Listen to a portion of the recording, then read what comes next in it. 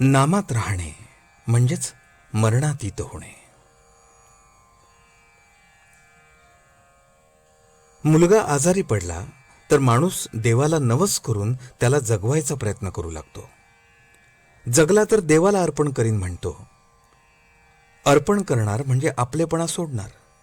मग तो आज मरण पावला तरी कुठे बिघडले.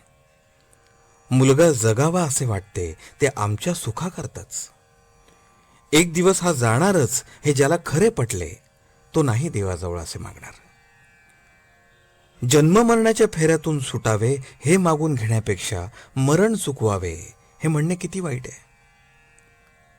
खरा भक्त तोच की ज्याला संताजवळ किंवा देवाजवळ काय मागावे हे बरोबर समजते.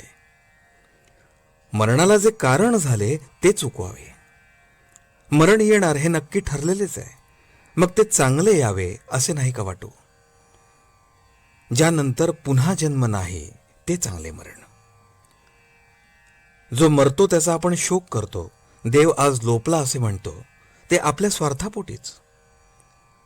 स्वतःला विसरणे, मी कोण हे न जाणणे हे मेल्याप्रमाणेच आहे. याकरता आलेली संधी वाया जाऊ देऊ नये. बुद्धी जोवर स्थिर आहे तोवर कार्य साधून घ्यावे.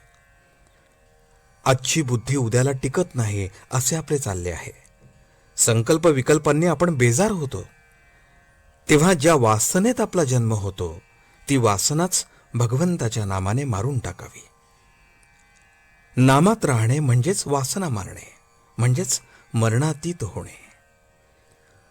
भगवंताचे होऊन राहणे हाच मरण टाळण्याचा खरा उपाय आहे. काळाचाही जो काळ त्याला ओळखल्यावर मरणाची भीती कसली. ज्ञानी नाही मरणाची काळजी करत. नुसते जिवंत राहणे हे काही खरे नव्हे. जगणे हे काहीतरी हेतूसाठी, ध्येयासाठी असावे. जगून भगवंताच्या अनुसंधानात राहावे. भाग्याचा दिवस तोच की ज्या दिवशी नामस्मरणामध्ये देहाचा अंत झाला. वास्तविक आम्ही दररोज जगतो आणि मरतो. एकदा निजला आणि पुन्हा जागा नाही झाला की तेच मरण. झोप हे एक प्रकारचे मरणच आहे. एवढ्याकरता झोपी जाताना नामस्मरण करत करत झोपी जावे, म्हणजे उठतानाही नामस्मरणातच जाग येईल. पण झोपेच्या वेळी नाम येण्यासाठी त्याचा अगोदर अभ्यास करणे जरूर आहे. जागृतीत अभ्यास केला नाही तर झोपेच्या वेळी दुसरेच विचार येतील. नामस्मरण बाजूलाच राहील आणि भलत्याच विचारात पटकन झोप लागून जाईल. सदोदित नामस्मरण केले नाही तर ते अंतकाळी कसे येईल. अभ्यास अगोदर केला नाही तर परीक्षेच्या वेळेस तो कसा येईल. तेव्हा नामस्मरणाच्या अभ्यासाला आजपासूनच सुरुवात करूया. आजचे बोधवचन.